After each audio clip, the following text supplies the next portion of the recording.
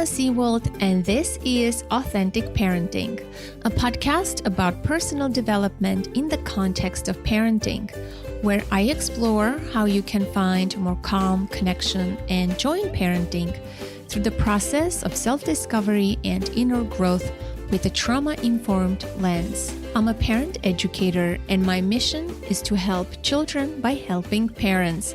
The motto of this podcast is raising our children, growing ourselves. Today, the power of emotional intelligence to achieve well-being and success. For the past 25 years, today's guest has been researching and writing about emotions and running around the world talking to people about their feelings. His interest in the subject matter is not random. One summer afternoon, when he was a young boy, his uncle asked him one little question that changed his life. It wasn't what he said, it was the way he said it. "How are you feeling?" Uncle Marvin listened without judgment or interpretation. He listened openly and with empathy. He gave my guest permission to feel. In his book, my guest writes, quote, "Our emotional state is one of the most important aspects of our lives. It rules everything else. Its influence is pervasive, yet it is also the thing we steer around most carefully. Our inner lives are uncharted territory, even to us, a risky place to explore. Our lives are saturated with emotions. Sadness, disappointment, anxiety, irritation, enthusiasm, and even tranquility. Sometimes, often, those feelings are inconvenient. The irony, though, is when we ignore our feelings or suppress them, they only become stronger." End of quote. I am speaking with Marc Brackett.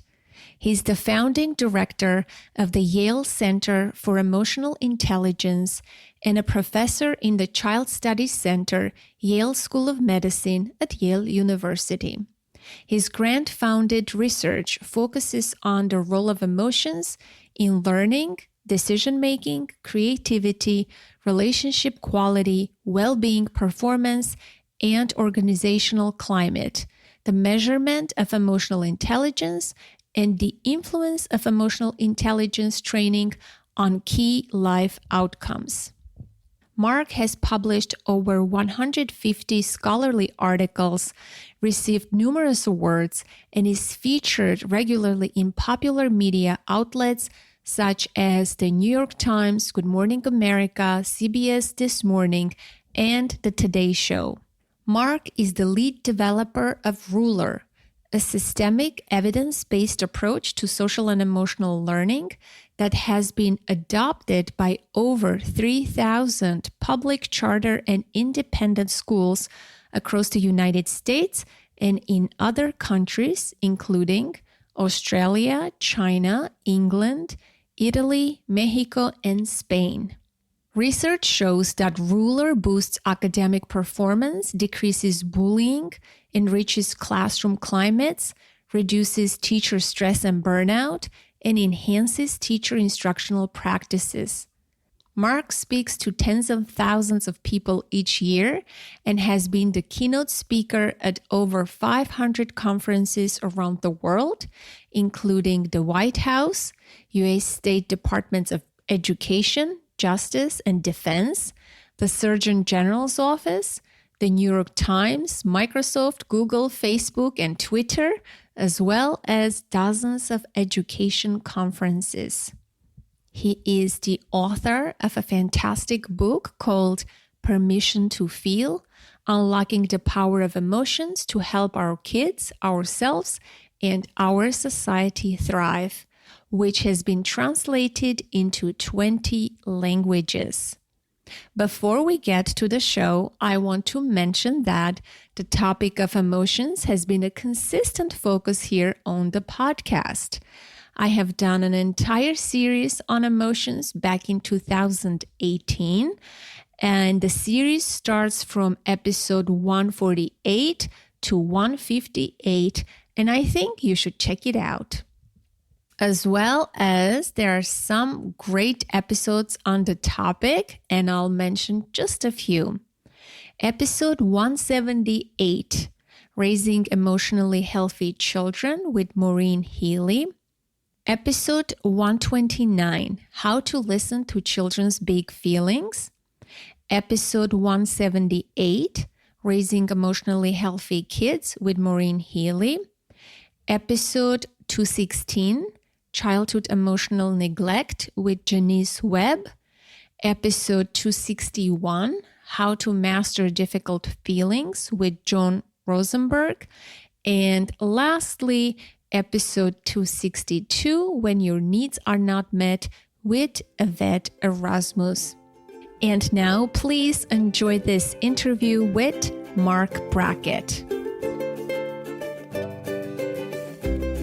Well, Marc, welcome to the podcast. Thank you. How are you feeling today? I am feeling a little overwhelmed, to be honest, just because I feel like I have 3,000 things on my plate and I'm trying to get focused. Yeah. So is this the right question to ask? How are you feeling? How are you feeling today? Or how are you feeling in this moment? Because feelings come and go, right? They do. And so it depends on what information you're trying to gather. Is it like, how you been feeling lately? That's one question. Another question is, as a teacher, we're about to do this project and, how are we feeling about the project and how are we feeling this morning as we go into our learning? A parent might say, how are you feeling about going to school today? And it's all about the information that we're trying to gather. I see. That's good clarification. Why do you think there's so much resistance towards feelings and emotions in general? I think it all goes back to that if we, there's not a lot of resistance to positive feelings, right? True. Yeah. Everybody wants their kids to be happy. They're the best parent when their kids are happy. Exactly. But when I feel despair or sadness or frustration or hopeless, especially as adults, right, we're seen as weak, right? How can I be a leader who is feeling anxious or overwhelmed? That means, that I can't do my job. Or does it? I actually don't think it means that. I think you can be having very strong, unpleasant feelings and be completely able to do your work. You just have to have the strategies to manage those feelings. Yeah, I think maybe because we don't have the strategies, or is it too much to even witness someone's pain? We don't know what to do. We feel like we need to do something to alleviate their pain. It's sort of a responsibility. Yeah. Right?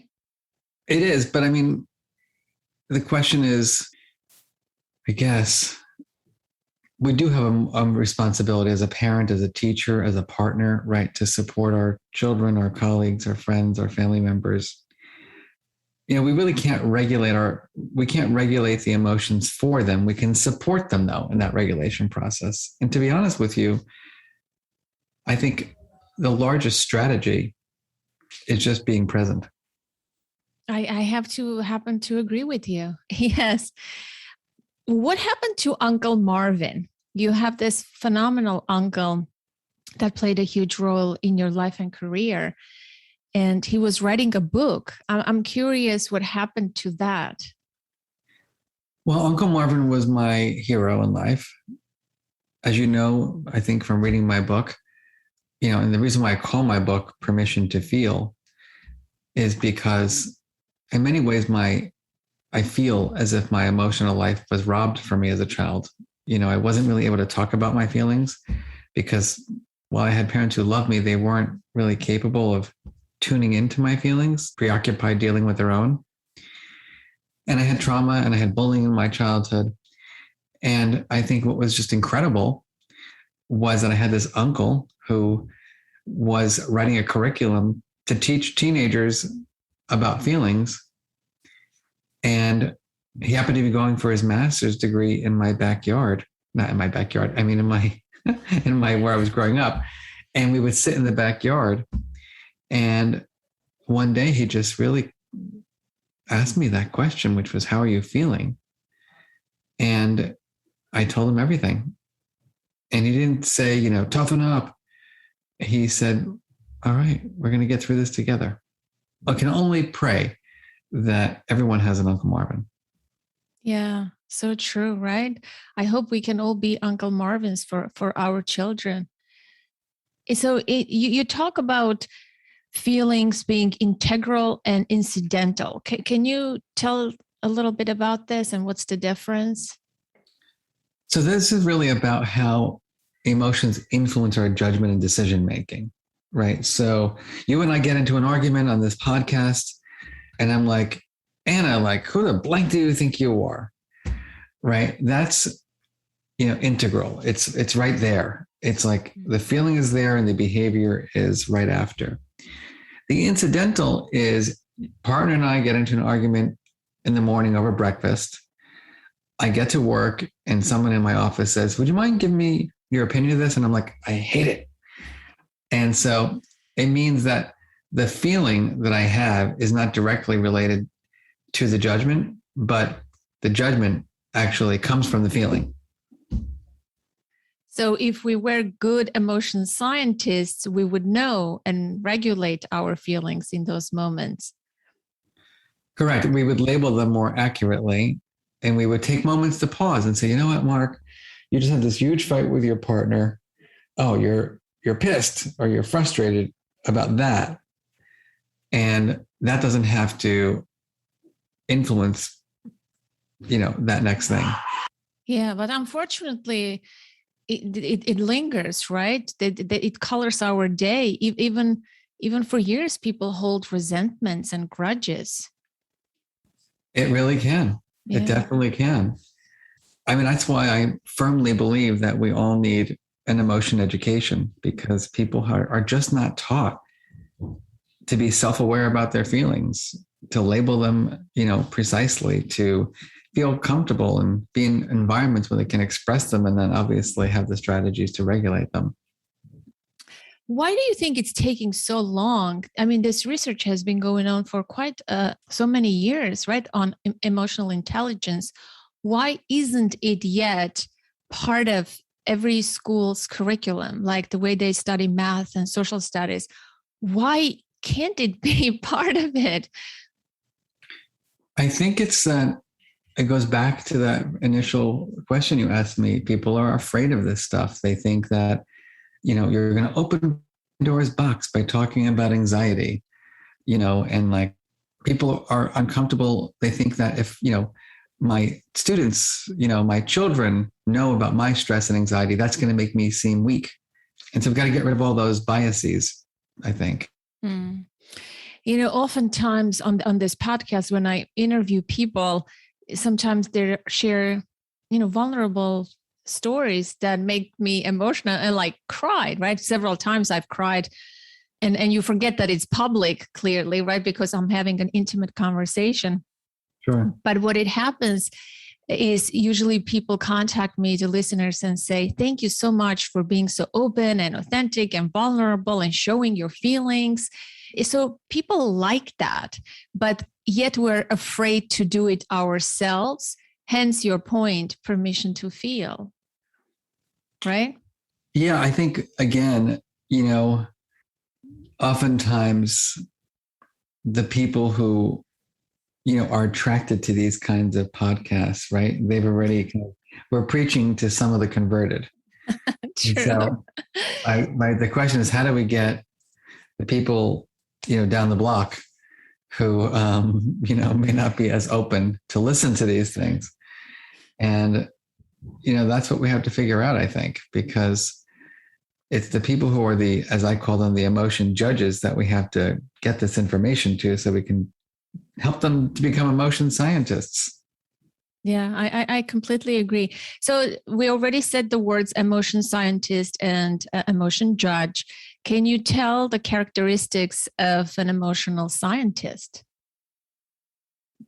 So the way I see the emotion scientist is, right, a scientist is is an explorer. He's an investigator. She is a detective.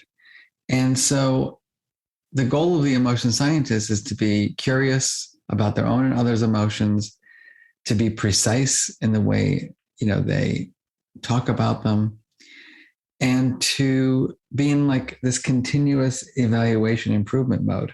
It's like, I don't just do one study at our center on emotional intelligence. I do multiple studies.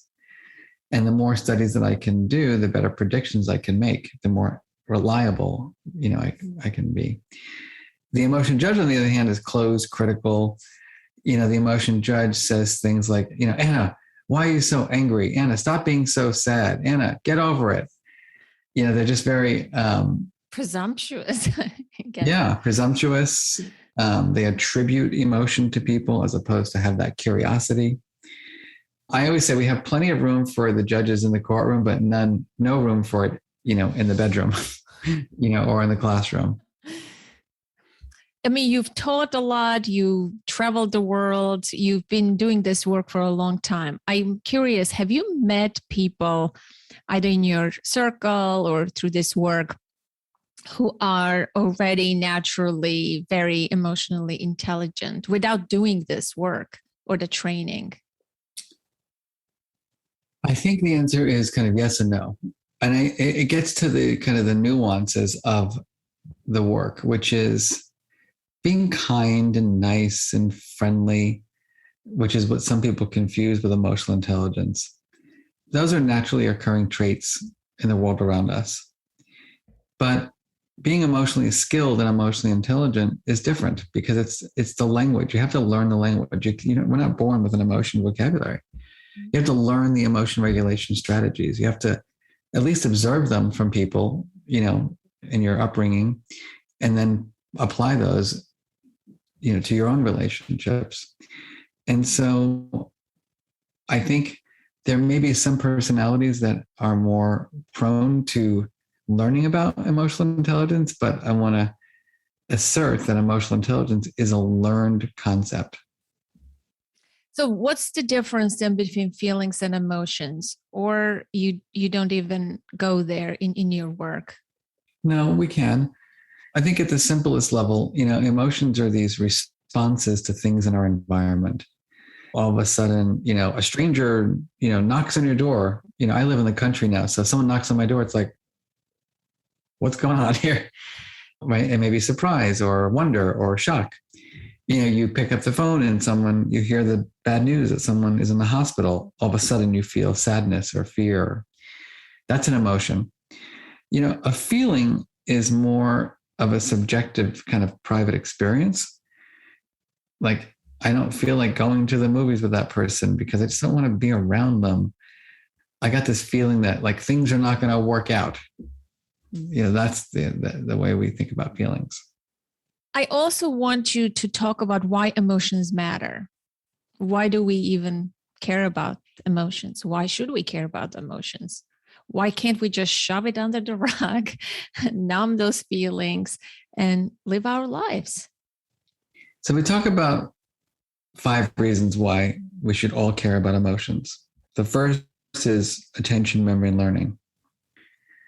The most resourced chapter is called, I think, Emotions or Information. And it's because for all the resistors in the world, I wanted to prove to them there are more studies than you could ever imagine to prove why emotions really matter. And that is for attention and learning. It's for decision-making.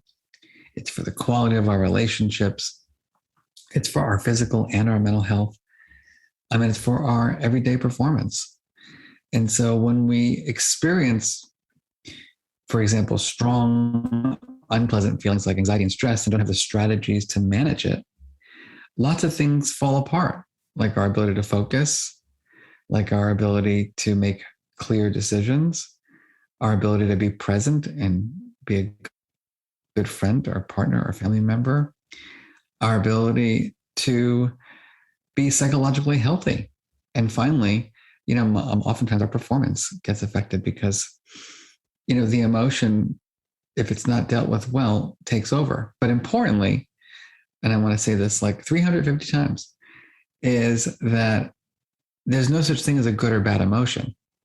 Because you could apply the same thing to extreme happiness, right? If you're like overly happy, you're not paying attention to the details.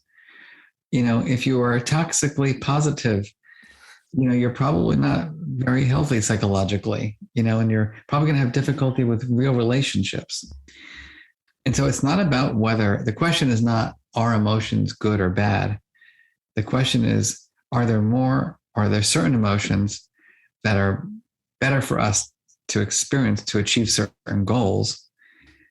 And then what are our strategies for managing the full range of emotions that we experience just because we're human? Let's talk about the ruler, which is such a great tool. I love it. So the ruler, can you visually describe to the listener the ruler? So ruler is the acronym for the 5 skills of emotional intelligence. It's also the name of our school-based model. And it's also the skills that we teach in our company called OJI Life Lab, that's for adults in the workforce. And so R stands for recognizing emotions, picking up on those cues, right? Are you interested or are you bored? Are you frustrated or are you contented? Am I feeling a certain way? The U stands for understanding emotions. Like, why am I feeling this way? Am I angry or am I frustrated? Am I down or am I disappointed? Am I elated or am I ecstatic?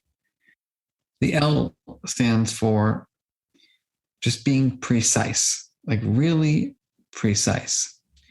So if I'm angry, am I peeved, irritated, or enraged? If I'm happy, am I calm, content, tranquil, happy, or jubilant? The E stands for expressing emotions. Do I feel safe and comfortable talking with you about my feelings, Anna? Do I feel like I can be my true, full feeling self? Does society allow me to express my emotions in a way that helps me get my needs met? And then the last skill, which is the final R, is regulation. Those strategies that we use to regulate our emotions. Yeah, I do want to talk about regulation because it's a big part of parenting, regulating our own emotions and then helping our kids to learn to regulate theirs. But I want to know about the first step, recognizing our emotions. What are some of the obstacles that get in the way for us to recognize our own emotions and what that feels like or looks like, recognizing emotions? Because then you go to understanding and labeling. So it's not that deep, right? The first step is not that deep. How do I recognize in myself what I'm feeling? That's why we have tools like the mood meter, which is one of our tools in Ruler, which is this box with 4 quadrants of yellow, red, blue, and green. It's obviously on the inside cover of my book, where I give people the first 100 feeling words. And so I think tools like that are really helpful for us to build awareness, because our emotional lives are complex. And sometimes we need to kind of like look out in emotion space to make meaning of our inner lives. So asking ourselves questions, am I pleasant? Am I unpleasant? Do I feel energized or do I feel tired? And then making meaning out of those things. And then thinking about like, where are my feelings coming from? Like, what's happening right now? Now, other people, like reading people, like a teacher would do with students, a parent would do with their child. I think one of the confusing things is that people oftentimes think behavior is emotion. So I hate you. I'm never going to school again. The parent automatically assumes, oh, my child is being a bad kid or being difficult, and they're angry. When they may be showing anger, but they're actually feeling shame. But they don't know how to display shame, or they may not show it because it's like weak to be shameful. And so they act out like they're angry. And then the parent gets triggered and activated and sends their kid to the room and says, who do you think you are talking to me that way? And so it's complicated. Behavior is not emotion. Sorry, my little doggies are barking. It's okay. And then the other biases that can interfere with our skill set are things like race, stereotypes.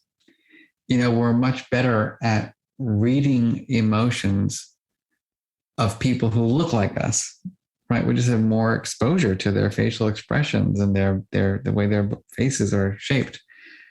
So when someone like myself goes over to, let's say, Korea or China, it will be just more difficult for me. That doesn't have to mean I'm racist or biased. It just means that I am less familiar with the movements and the shapes, and I have to just get practice.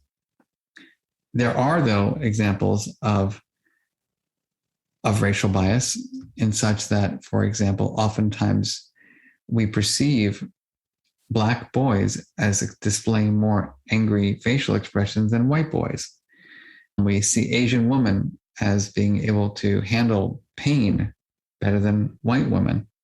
And so when we go into social interactions, when we have awareness of these biases, it makes us more like, I hope, emotion scientists than emotion judges, right? So if you approach as the emotion scientist, you're like, okay, what's going on here? Let me just make sure. Let me ask Anna how she's feeling, as opposed to me assuming how she's feeling.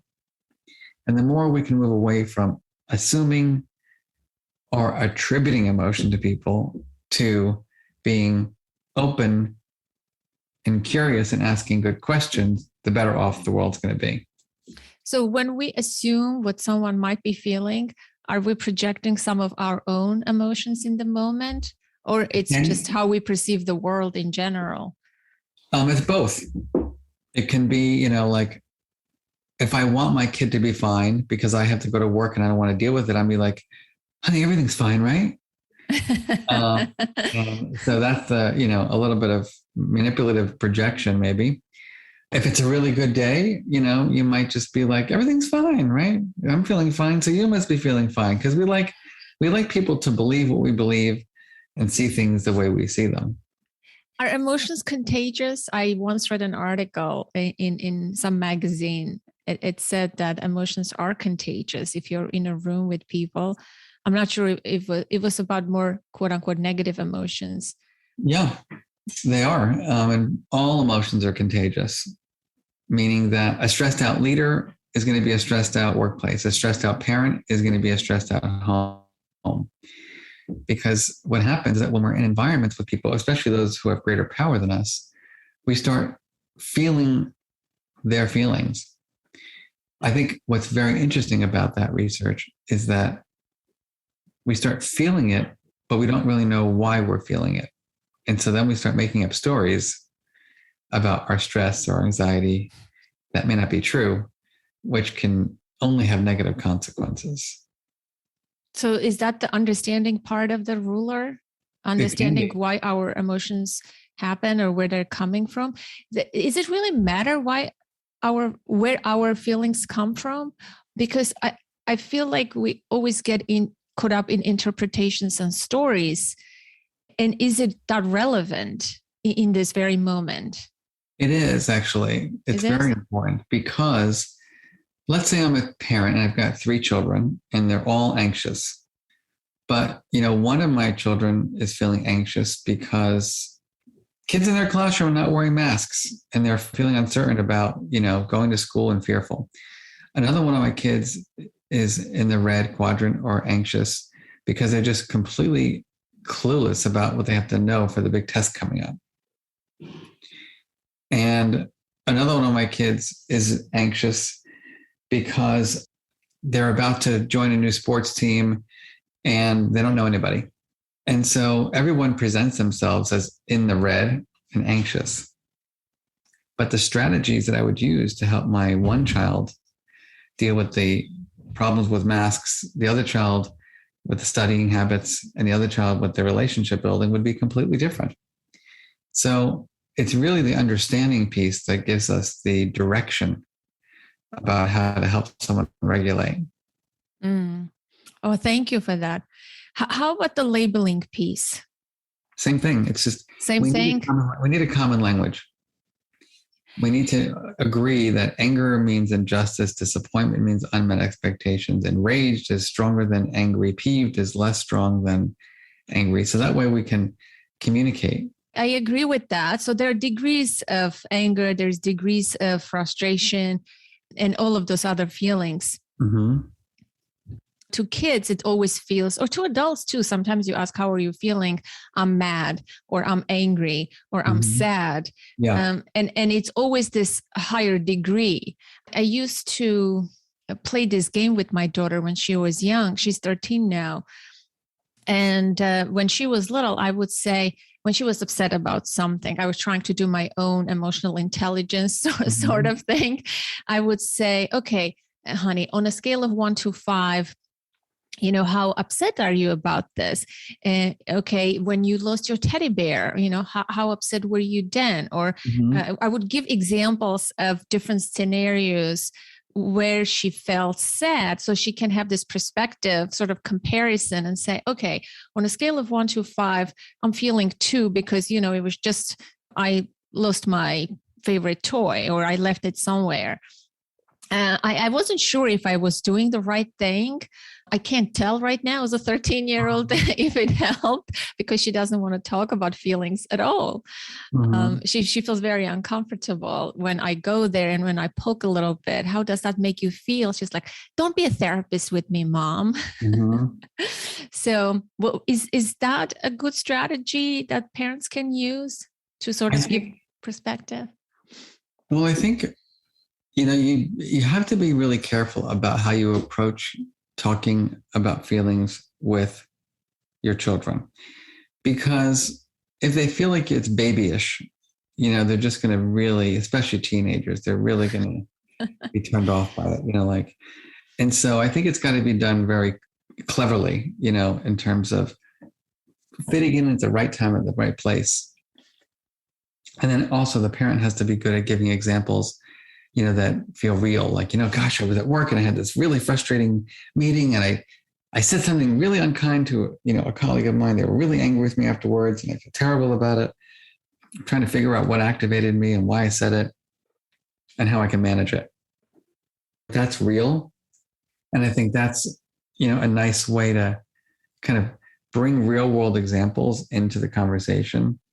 And then you can say, I don't know, what do you think I could say to this person tomorrow? And then you're kind of getting your kid to problem solve with you. And then you say, well, what about you? What was the highlight of your day? What was the challenge of your day? Yeah, that's great. So I have a question about labeling feelings. When you are enraged in the moment, something happened, like we talked about in the beginning, incidental emotions and integral. Let's say something is happening in the moment. I'm agitated. I am dysregulated. When does the labeling happen? In that moment or afterwards? And what's useful here? Because are you really able to access your brain in that moment to label your feeling? When you say label feelings, what do you mean by that specifically? When are we labeling the feeling? When we have access to the area of our brain that helps us to label. And so, right, if we're, really, really activated, it will be difficult to label, because our, simply put, thinking part of the brain is not available to us. And that's why, taking a deep breath and deactivating our nervous systems. And then we can say, okay, Marc, like, what's going on for you? Now, sometimes you don't have to label to regulate. If you're like, sometimes you have to think of a specific strategy, just like, Marc, don't say it. Don't say it. Right? And it could be from whatever you're feeling. I do that a lot in my mind. Yeah. And that can be enormously helpful. And then later on, you might say, gosh, what was this person making me feel? Why did I get so upset? Was I really upset? Was I angry? Was I annoyed? Was I frustrated? What was it? Oh, they said this, and that really felt like an injustice. So I feel angry. Now I get it. And that practice is what we want to help kids to develop, so that becomes more routine to be self-aware and label our feelings. How about the physical sensations of the feeling? Yeah, it's all helpful. I wouldn't say there's, 100% consistency in that. Some emotions, some people get very tense when they're stressed out. Some people may not. Some people get very, red when they get embarrassed or angry. Not everybody does. So we don't want to just make that the answer, I would want people to try to figure out for themselves how they feel physically when they're experiencing their emotions, as opposed to telling them like, oh, you have butterflies in your stomach, you're anxious, or. No, that's not what I mean. No, I understand that part, but helping a child or helping myself, let's say I know this is how I feel anxiety, staying with the sensation level and breathing and watching it dissipate. Is that enough, or I need to also label and find and understand where this anxiety is coming from? You want to go to that. You want to go deeper, just because ultimately emotion regulation is helping to solve some problems. And I promise you that you're not going to solve life's problems by just taking deep breaths.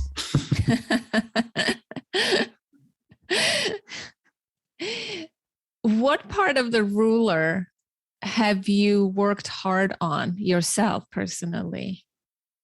Oh, goodness. It's got to be the regulation. Yeah, because that's the hardest. We all want what we want when we want it. We want to say what we want to say. And unfortunately, it's hard to reach a certain level of success without the ability to regulate. It's hard to be in a healthy relationship without the ability to regulate. I hear you. Try being a parent, man. It's the hardest. I think it's the hardest skill that I have worked to develop. I'm certain. Obviously, I didn't grow up in an emotion-friendly household where emotional intelligence was at the top of my parents' list. And I've come so far in my life. I can look back and see who I was as a young person and who I am now in my late 40s. There's a big difference, especially in terms of regulating my feelings. I'm sure. I think I struggled a lot in the expression of feelings when I was younger. I would just express, right? But so where does this regulation and expression, don't we want healthy expression? Or if we're holding it in, are we not expressing it? We're not. And so, it is critically important to get it out. Because if we don't express, just think about our relationships. Imagine being in a relationship with someone for however many years, and you've never really told them how you feel about yourself or about how you feel about them. It's pretty devastating when you really think about it, don't you? I do, because I only recently started practicing this in my relationship. I've been married for 20 years. And we both grew up in a typical setting. And as a female, maybe Where did you grow up? I grew up in Armenia. Okay. And he grew up in New Jersey. But it's very interesting. As a female, I was allowed to more, right? To express, to talk about. But I think doing this podcast for the past 6 years and talking to people like yourself and learning and practicing those skills have made me more aware and definitely, regulate my feelings, but also talk about feelings and in a way that is like a scientist, not an emotion judge. And that makes a difference in the other person. It gives them permission to calm down a little bit. And they learn skills he learns skills by me being more emotionally intelligent. I'm not directly shaping him, right? No, you are. Definitely you are. If you're being a role model, you're directly influencing that person. Okay, well, great. You're making me feel good about myself. Let's talk about regulation a little more, because this is a big area for parents. They lose their cool, they lash out oftentimes, and they regret. Later, they have more negative feelings about that event. Can you talk about strategies that you have even in the book for regulation, emotional regulation? Yeah, sure. So I think there are endless strategies to help people regulate their feelings. And that we have to help as a parent. What parents I feel have to do is not impose their strategies on their children, but rather help their children find the strategy that work best for them. All contextualize around culture, and religion, potentially personality. The first strategy is permission to feel for me. Everyone should have permission to feel. There's no right or wrong about feelings. The second, I talk about physiological regulation, managing your physiology. You just have to be able to do that. Then you have to think about the things that are behind your emotion regulation. Like, did you get enough sleep? Have you eaten healthy? Have you exercised? You have to manage your relationships. You have to manage your thoughts. It's very easy for all of us to become self-critical as opposed to have self-compassion. And then, of course, we have to just think about our routines in everyday life. Are we living our lives the way we want to live our lives? Are we working 10 hours a day and not giving ourselves any breaks or freedom? Do we have any avocations? Do we have hobbies? Do we take 10 minutes to go out in nature and just look around the trees or the molding if you live in a city? And so there's a wide range of strategies, and they'll work. It's really, as you think about it, it's an emotion by person, by context, kind of complexity, right? Because how I deal with anger is different than how I deal with frustration and disappointment. Where I am depends on the strategies I would choose. And so I think we have to help people be aware in all these different environments, and as parents, help our children learn the positive self-talk that's real, help them develop the habits that are helpful to their healthy emotion regulation. Anger is a difficult emotion for a lot of parents to witness in their children and help their children through anger. What could you say about that, the expression of anger? I mean, what are the healthy ways of expressing anger? If a kid is, throwing things, slamming doors, kicking parents, if it's already that level, what's going on here? Where does that parent start? Well, we have to separate again behavior from feelings. So we don't have to accept the behavior. Like, honey, in our household, we don't throw things, right? We have to work on that. Not acceptable. But at the same time, we don't want to just regulate the behavior, because then we're not dealing with the feeling. And so I have to say, honey, what was going on? What got you so upset? What made you feel this way? Oh, well, this happened, that happened. So what I'm hearing is that you were angry that your younger brother took your toy without asking. Let's think about what we can do when that happens again. How about we make a rule? You come to mommy or daddy right away. What do you think about that idea? Can that work? What would be helpful to you? What would you want to share with your brother? What can we do together? And so just asking questions to get the child to become part of the solution is going to be amazingly helpful, because then it's hard for them to disagree with it. I read in the book that there are some programs that people, you do trainings, and just in a few hours, you get fantastic results in terms of this work.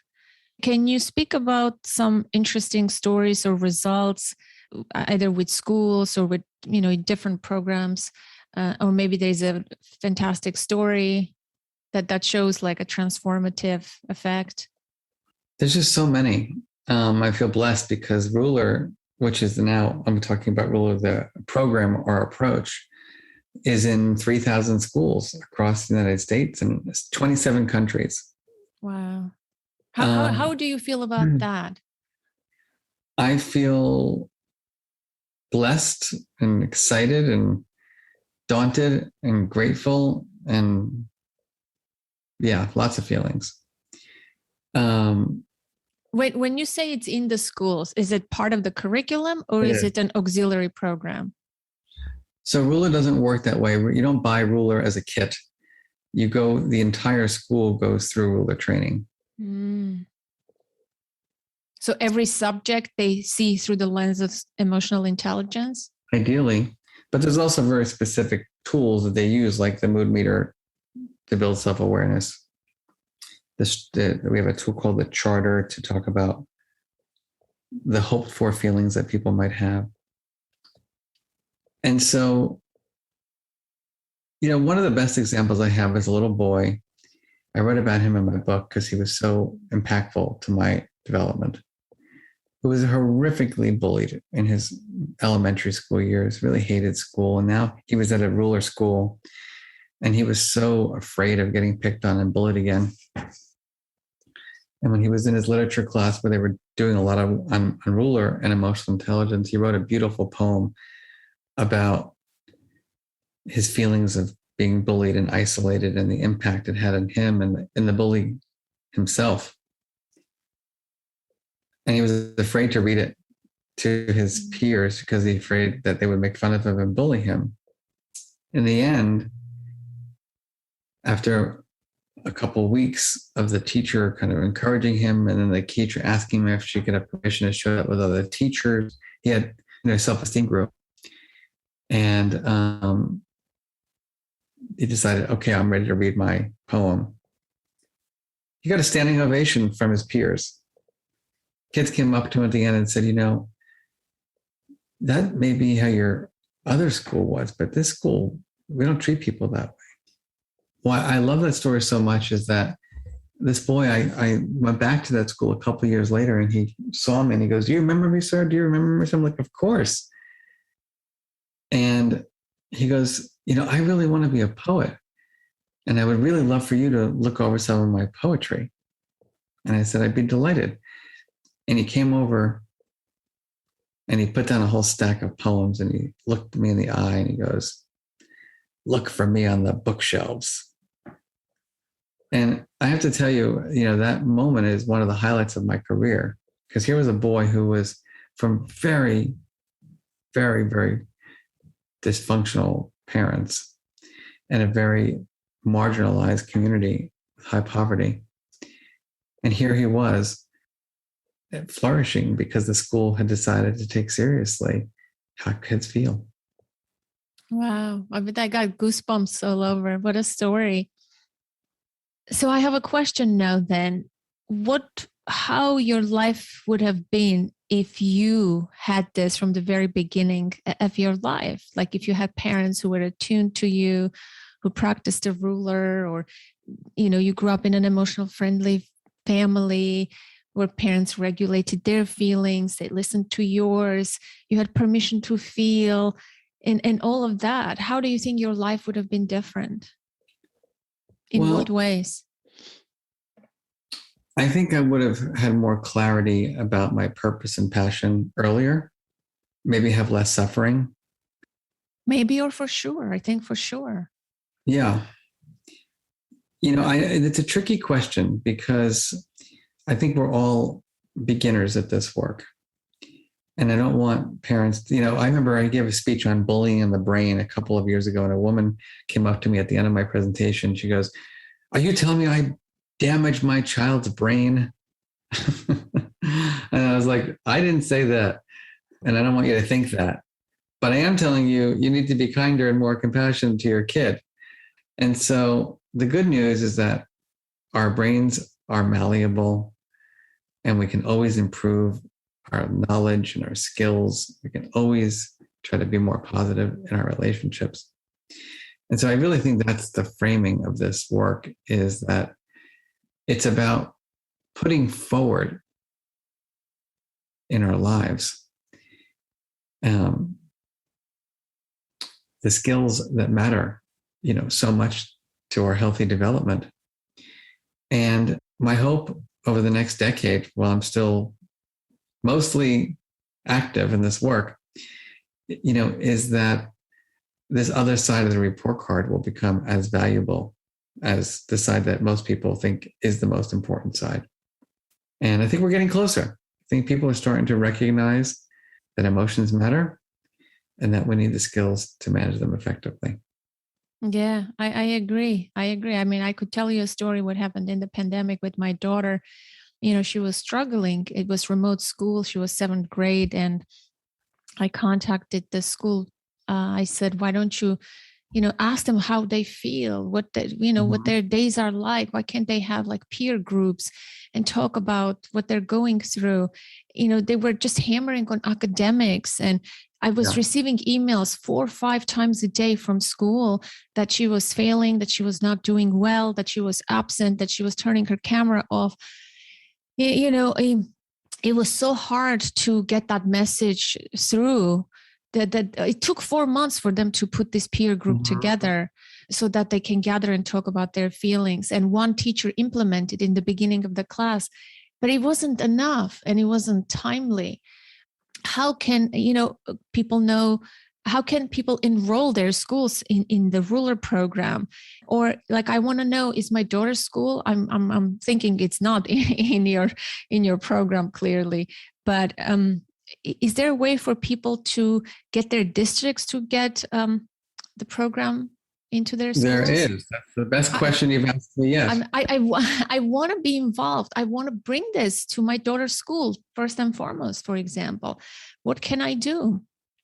I mean, selfishly, you can give the head of the school, the principal of the school, a copy of my book. And I think just say, I need you to read this because this is so important. Parents have a lot of power in schools. And, if you're part of the Parent Teachers Association or whatever it's called, I would have them do readings about this work. You can start a book club in your hometown and get people to just talk about it and think about, what are we doing well in this area? What are we not doing so well in this area? That could be a great beginning. Also, you just go to our website, which is Ruler Approach, RULER, approach.org, or my website, which is Marc Brackett, MarcBrackett.com. And you can just learn about the science, see how we work with schools. We're working in districts throughout New Jersey, throughout New York. I think we're in 47 of the 50 states of America. In America, as I said, we're in other countries in major ways like Italy and Spain and Australia and China and Mexico. And so I think I'll just say, that we have to end. So I want to make sure I can say my big final word, which is, that I've come to the conclusion from all the science and all of my running around the world that it's our moral obligation to ensure children's healthy emotional development, to ensure that every child learns the emotion skills they need to navigate their lives. And what that means is that parents and educators need to take this stuff seriously. They got to take this stuff seriously. They've got to make it a permanent part of the way they parent and the way, in schools, leaders lead, teachers teach, students learn. And only then, I think, will we have greater mental health, people who are making more sound decision-making, less aggression and violence. And for me, what's most important is that children have the opportunity to learn the skills they need to achieve their dreams. Well, thank you so much. I'm so moved by your final words. And let's end here. I wish you so much success in this work. Thank you.